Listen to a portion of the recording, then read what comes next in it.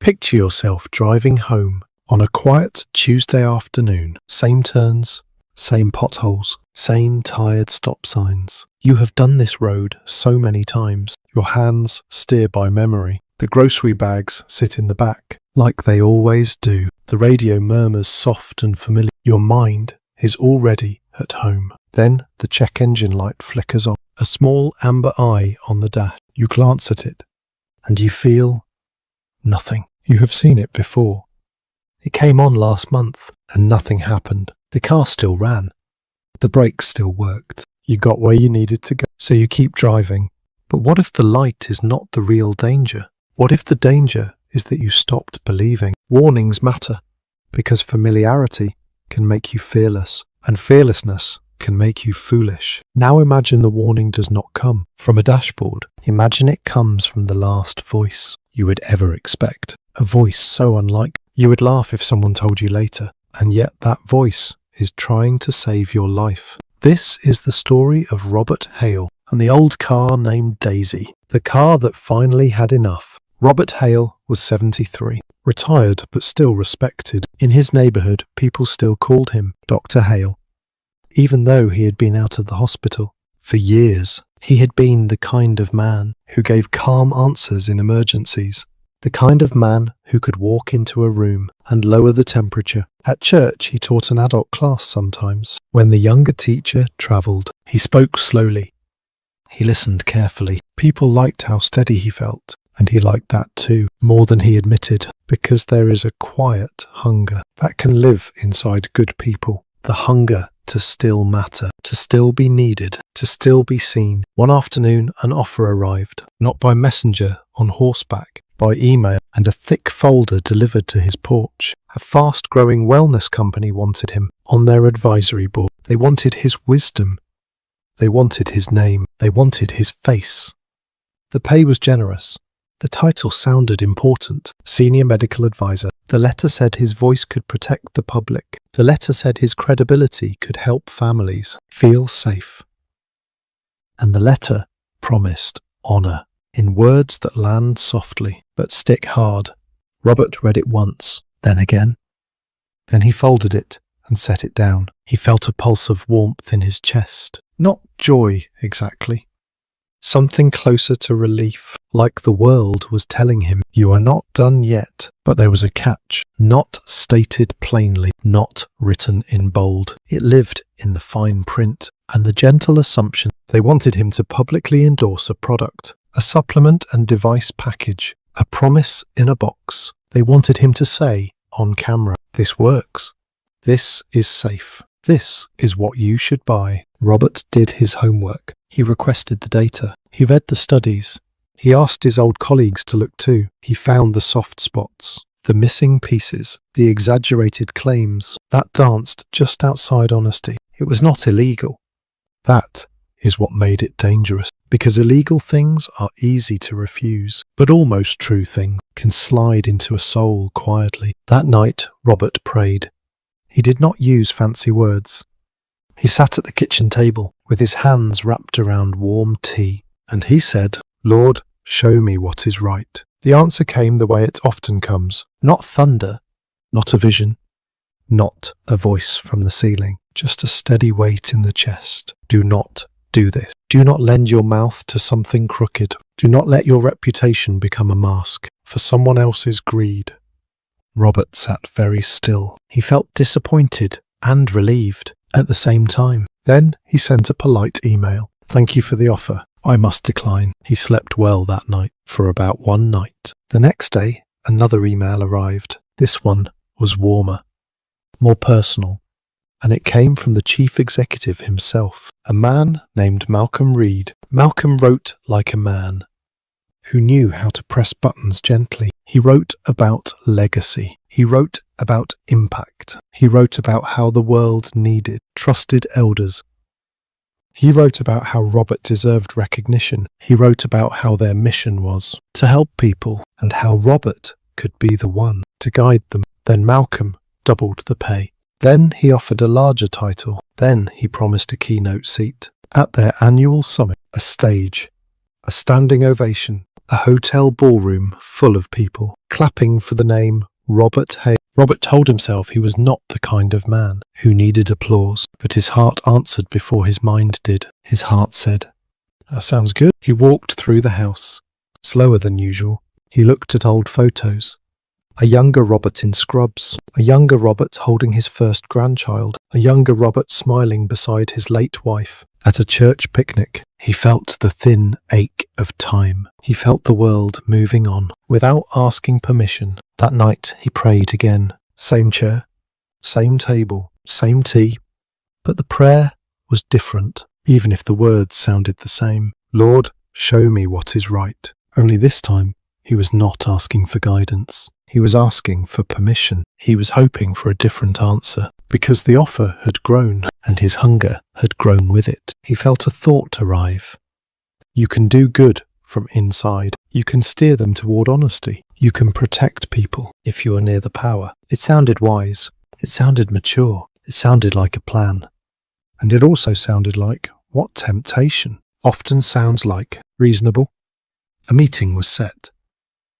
Robert would drive across town to sign the agreement. He told himself he would keep his boundary. He told himself he would only say what was true. He told himself he would read everything carefully. He dressed carefully that morning. A clean shirt, a tie he had not worn in months, polished shoes. He looked in the mirror and straightened his collar. He liked how it felt. He felt important again. He walked to the driveway and patted the hood of his old car. A plain sedan he had kept for years, not flashy, not fast, but faithful. It had carried groceries and grandkids and prayer partners.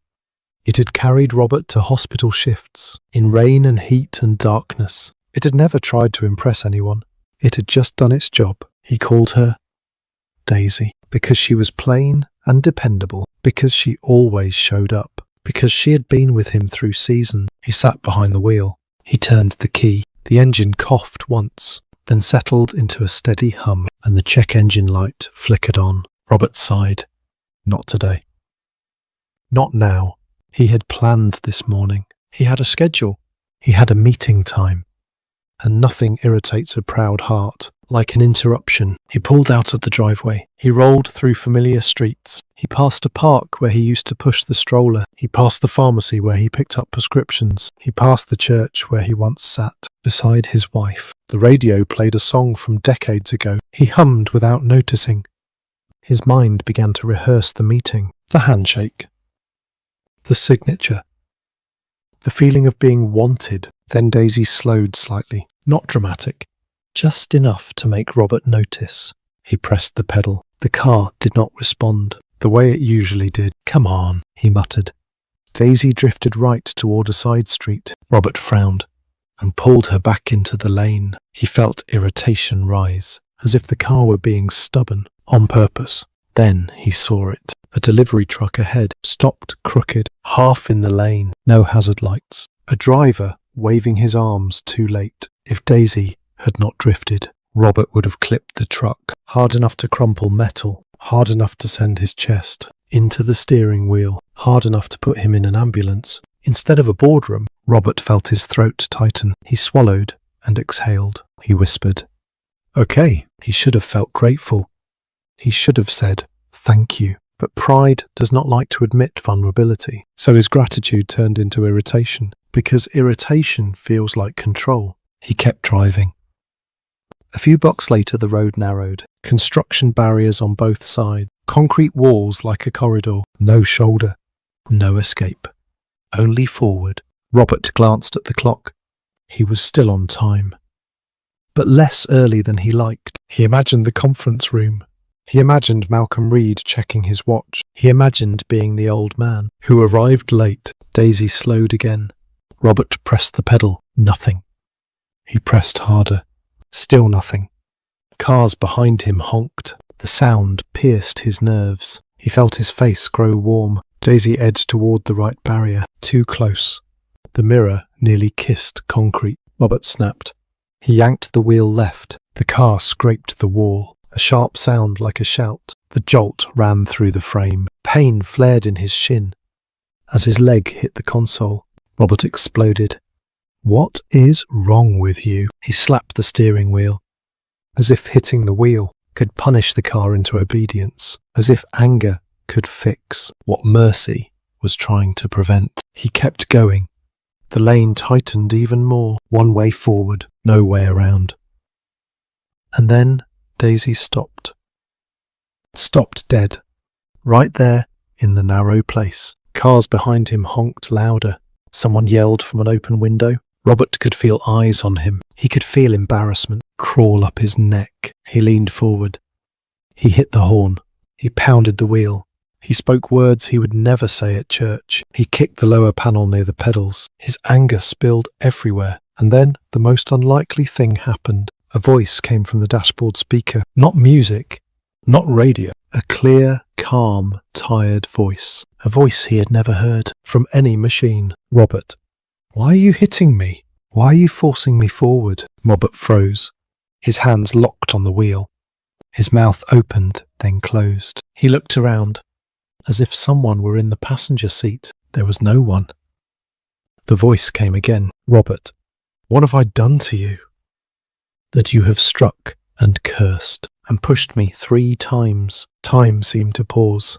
The honking behind him softened, like the world stepped back a few feet. Dust in the sunlight drifted slow. Robert's breath sounded loud. In his own ears. You would think he would be terrified. You would think he would run.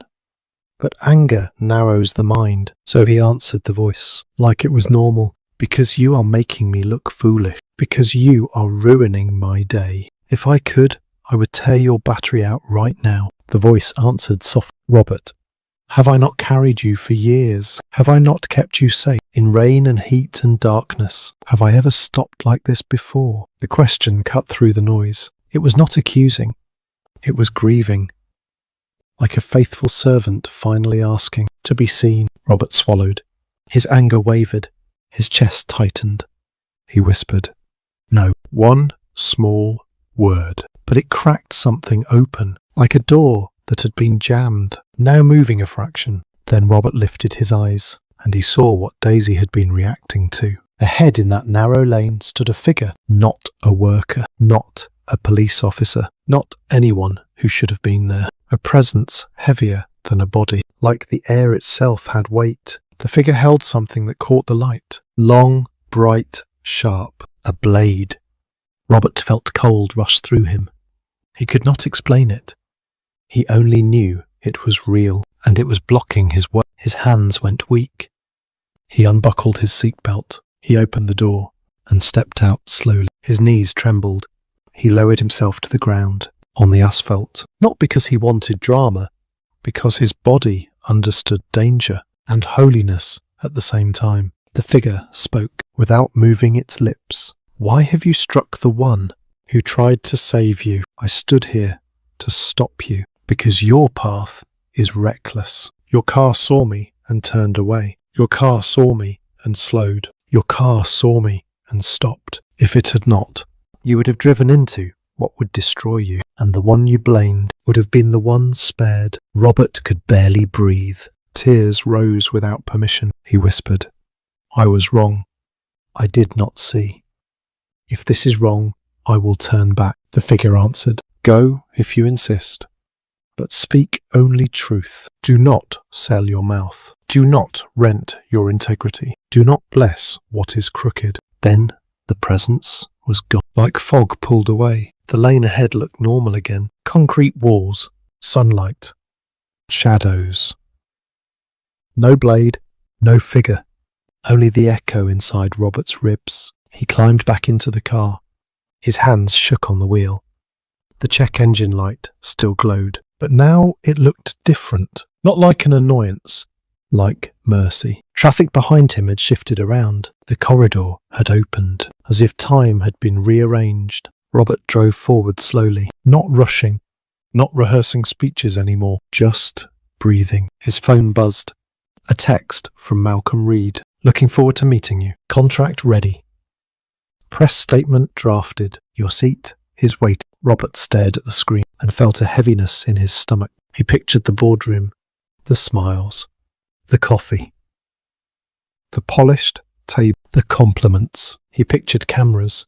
He pictured his face telling strangers, "Trust this product." Then another picture rose in his mind. Not a boardroom, a kitchen table years earlier. His daughter at 16, tears in her eyes. A problem at school. A lie she was tempted to tell to escape consequence. He remembered what he said to her. Tell the truth, even when it costs you, because the truth is cheaper than regret. He remembered her nodding.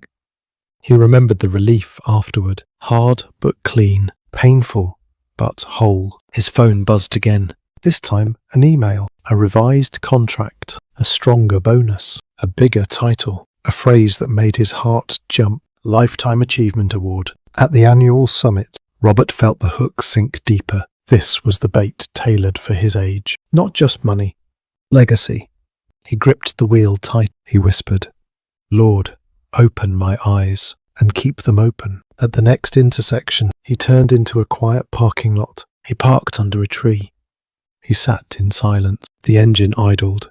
The check engine light blinked once, then steadied. Robert looked at the contract. He scrolled slowly. His eyes caught a paragraph. It said he would not publicly criticize the company. It said he would endorse their claims as approved messaging. It said he would speak with unity and confidence. Unity and confidence. Two pretty words that can hide a lie. Robert felt sick.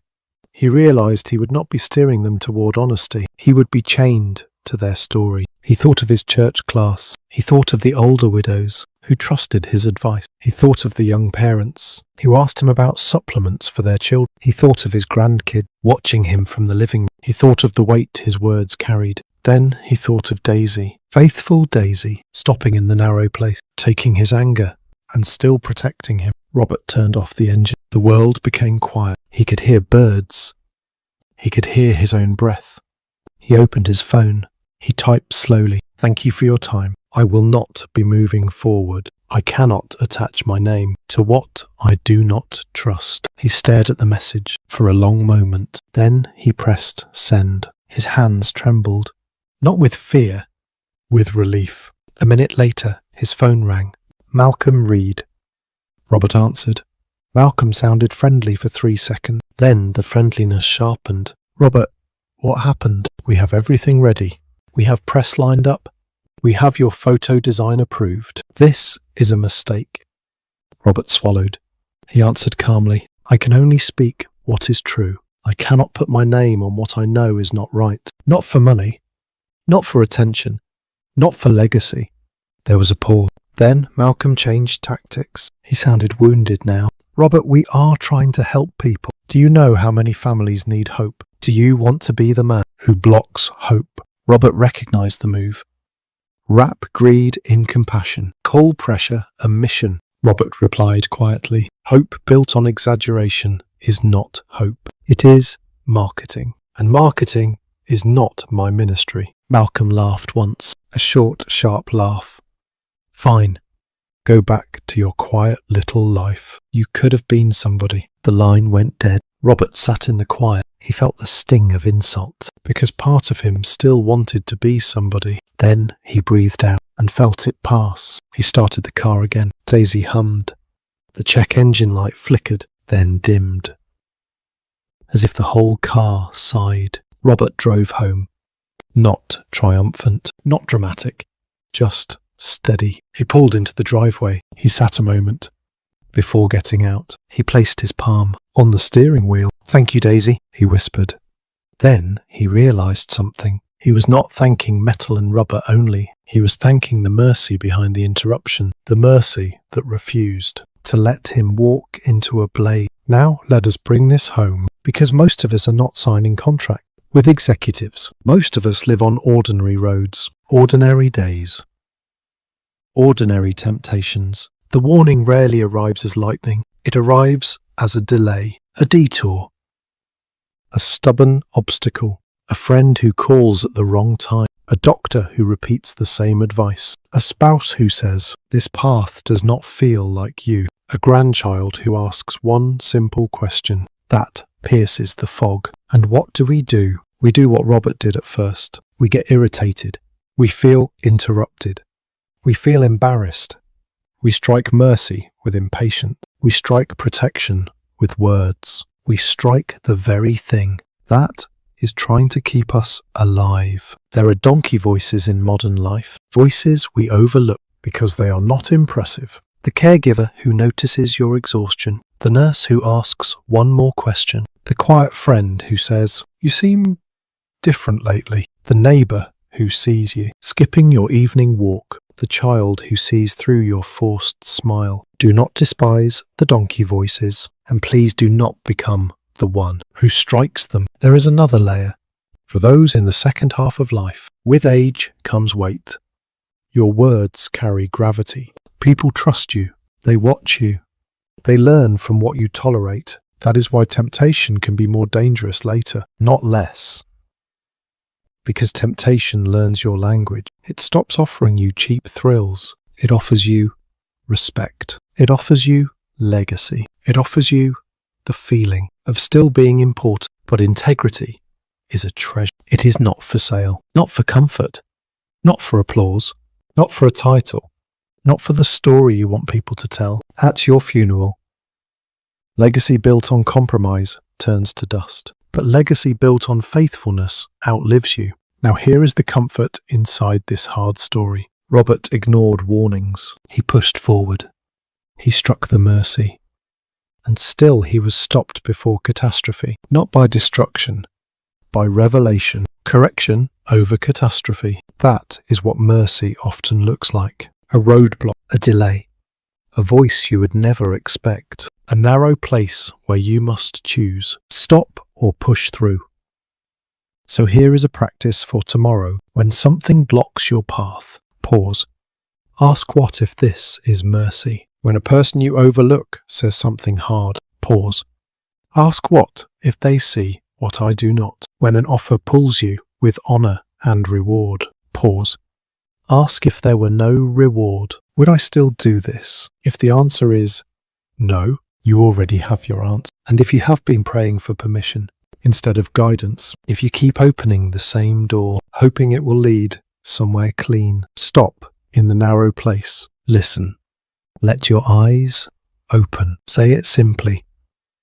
Lord, open my eyes, and keep them open, because sometimes the voice you least expect is the voice God uses to keep you on the right road. Yes, this story is strange. A car that speaks, a presence in the lane, a warning that feels alive. But God is not afraid to be unforgettable. He uses the unexpected. He interrupts schedules. He rescues people who are rushing toward a blade. If you feel a sting in this story, if you recognize your own impatience, if you remember times you struck mercy with harsh words, let the sting become healing. Do not be ashamed of stopping. Be grateful for the mercy that stopped you. The road is long, but you do not have to walk it blind. This modern story is a retelling of the ancient scripture scene. In Numbers 22, the names and setting changed. The mercy did not.